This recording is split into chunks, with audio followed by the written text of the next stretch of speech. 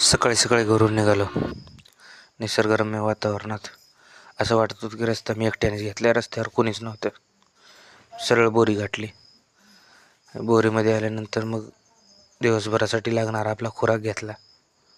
मावा बाबा 120 बांधून घेतलं. त्यानंतर पोटपूजा राहिली होती. मग काय निलंग्याला न जाता निलंगा राईस घेतला. चमच्यानं आपल्याला नाही जमत, काढून ठेवला साईडला. मग काय मनातल्या मनात श्लोक म्हणला आणि चालू केला आपल्या हातानेच.